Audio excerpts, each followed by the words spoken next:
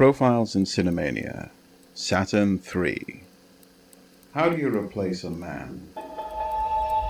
How do you replace a man? How do you replace a man? How do you replace a man? In 1980, Saturn 3 was released, a British-American production directed by Stanley Donen, and it had everything it needed to succeed. The story had been written by John Barry, production designer for Star Wars, who was lending a hand with the sets.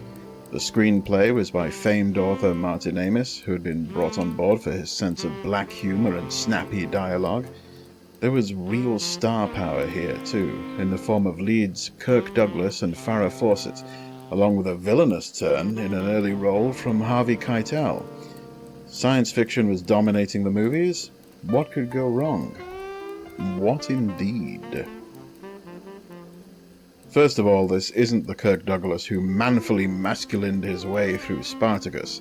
This was 1980 Kirk, who was clearly old enough to play his co-star's father.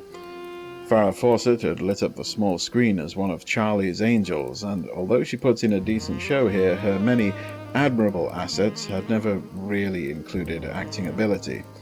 In a bizarre decision, it was decided that Harvey Keitel's distinct Brooklyn tones were not right for the role, and so his whole performance was overdubbed by British actor Roy Dotrice. The effect is quite jarring, but considering the weirdness of the role, it sort of works. John Barry was a brilliant designer, but he had very limited experience of what goes into actually directing a movie, and there was bad blood between him and the stars until Donen took over and got things on track. On top of that, there may as well be one of those also written by credits for the barely disguised fetishes of the author. There is a distinct horny undercurrent to the whole thing. So join me now as we journey to the farthest corners of the solar system. Something is wrong out there on Saturn 3.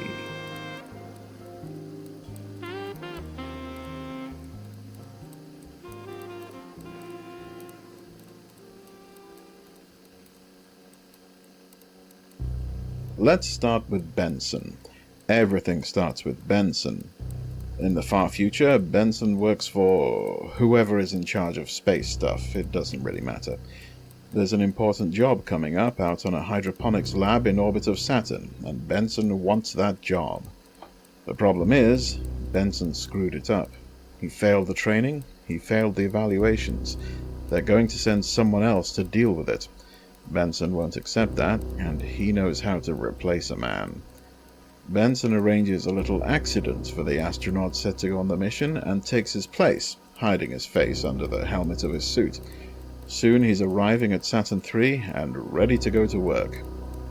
Saturn 3 itself is a large laboratory, presumably on one of Saturn's moons, or an orbiting body, or... well, it's never really made all that clear. The point is, Earth has grown overpopulated and hungry, and the output of Saturn 3 needs to increase. There are only two people running the place. Kirk Douglas is Adam. Farrah Fawcett is his assistant, Alex. Most of the work is done by robots, and most of their time is spent on having outer space sex far from the social graces and shitty bad time of Earth. And in this movie, in this performance, Kirk Douglas wanted to be very, very clear that he is more than capable of sexually satisfying Farrah Fawcett on the regular. He is always exercising, or going around in tight shirts, or giving her leery looks while they share a shower. We get it, Kirk. You're a real manly man's man. A man. And how do you replace a man? Benson has brought someone along with him. Hector is a robot, but the newest model, better than anything before. Hector has a living, organic brain sealed inside a tube within his body. He is a steel monstrosity shaped like a huge man with steel claw hands and an angle-poised lamp for a head. He isn't programmed like other robots. Once Benson has him all set up, he links his brain to Hector using an implant in the back of his neck. The idea is that anything Benson knows can be imprinted upon Hector's newborn brain stuff. All Benson has to do is keep his thoughts professional. Anything Benson can do, Hector can learn how to do. But Benson didn't make it through the course. Benson failed the evaluation, and Benson is a killer. Anything Benson can do, Hector can learn how to do. Hector can replace a man. Problems begin early, mainly due to how weird Benson is. Apparently on Earth, free love and readily available sex is the norm, so when the lovely Alex politely but firmly rebuffs his advances, Hector starts learning how to be a 500-pound armored mechanical incel. Great. Adam can see clearly that Benson is no good, but the powers that be have decided to place Hector on the station, and there seems to be very little they can do about it but try to cling on to their little love nest as long as possible, until inevitably humans are considered an obsolete component of operations on Saturn III. Hector starts off well enough, but he quickly develops problems. For one thing, he refuses to talk. He is supposed to be able to do that, but the hulking machine remains stubbornly silent. Benson tries to teach him, understand him, and finally cajole and threaten him, but Hector remains obstinate, and he started to watch Alex very closely indeed. When Hector realizes that Alex isn't going to consider getting up close and personal with a walking forklift, he starts to act out. Benson gets it first. Hector traps him with an industrial grabber, and Alex barely makes it out of the room. From this point on, it becomes a grim contest between human and machine. Adam manages to get the drop on Hector, pulling a similar trick of slamming him with industrial machinery, and for a time, it looks like the humans have come out on top. Fortunately, Kirk Douglas is such a manly, masculine action man that he can single-handedly help Benson out of this jam. What a guy. They give Hector a good dose of electricity to bid him sweet dreams, take the immobile Hector to pieces, just for good measure. Machines are all very well, but how can they replace a man? Hector knows how. He might just be a brain in a tube at this point, but he still has a radio link to the other robots on the station, and he stealthily repairs his body and reboots himself. Check, but not checkmate just yet. The newly rebuilt Hector is back, and he's bad. First things first, though, there's the small matter of Benson. He is happy to leave, but he wants to take Alex with him, and he's not taking no for an answer. Were you prepared for Kirk Douglas in his underwear tussling with Harvey Keitel in skin-tight rubber? Sure hope so. Yes, Kirk, we get it. You're man enough to get into fistfights. Whatever. Benson tries to drag Alex away, but is interrupted by Hector, who neatly snips the man's hand off for good measure and drags him away. This freaked me out as a kid. Hector just appears out of nowhere and kicks ass, leaves without explanation.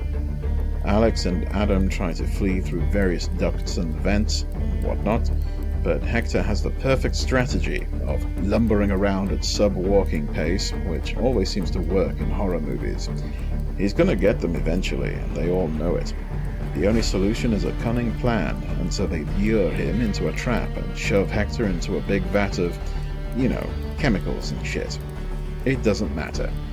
It's bad news for Hector, and it slows him down enough for them to leg it once more. Sadly, they try to flee on Benson's ship, but Hector detonates it remotely before they can get there. He has them now. When we next see Hector, he's actually speaking now, with Benson's voice, which would be Harvey Keitel's voice, but it's actually Roy Dotrice's voice dubbed over. Keep up. At first it seems perhaps like Benson has regained control. Maybe he can be reasoned with. Sadly, no. Hector finally drained the last of his mind, it seems, and is now wearing Benson's hollowed-out head like a hat. Nice choice there, Hector. Classy. Hector intends to do something unspecific but probably horrible, involving draining the mind of Adam using that brain interface and making a happy home with Alex. Ultimately, he just wants to be her boyfriend. Hector, you've finally learned how to replace a man. There's nothing else for it. In the climactic scene, Adam sacrifices himself, strapping explosives to his waist and body-slamming Hector into oblivion. Before he goes, Adam has some surprisingly forgiving words for Hector. You see, it's not his fault. He never asked to be a killer. He was just programmed that way. It wasn't even Benson's fault, really. He just couldn't keep in control of his thoughts. No, it's everyone's fault. Boom. The parallels with today's world are obvious. We have a rapidly heating planet and a rapidly degrading environment. Too many mouths to feed, too much strain on resources, too many humans, not enough humanity to go around. Hector was a blank slate, ready to receive. He was supposed to take our best qualities, our reason, our ability to solve problems and find solutions. But along with all that stuff, something else crept in. He also got greed, carnal lust, rage, the motivation to kill, and the knowledge of how to do it. Right now, we're programming our own Hectors all over the world, and we want our children to only take the best of us. But we can't control our thoughts either. All of our goodness goes into the machine, but along with it, our biases and prejudices, conscious and unconscious. And it's not Hector's fault. The machine never had a chance. It only ever got to know what it had been told, and the input was flawed. It was never Hector's fault. The blame was with us all. Saturn III should have been a triumph, because the best of us went into it. All of the cleverness and skill and money, but it also got the self-possession of an older man who couldn't let go. It got the immaturity of a director not really ready for the big time. It got Farrah Fawcett's acting ability and Harvey Keitel's accent. I'm not going to say it's a bad film. Saturn III, for all its many flaws, stayed with me for decades. It frightened me. And as I look around at what we're creating today, it frightens me more. We have abilities that go beyond our foresight, and we're all going to live with what comes next. How can you replace a man? Profiles in Cinemania is a production of the Cinemania Society, available wherever you might find quality podcasts. This episode was written and performed by Andy Slack, music by Carl Casey at White Bat Audio, incidental sound courtesy of Epidemic Sound.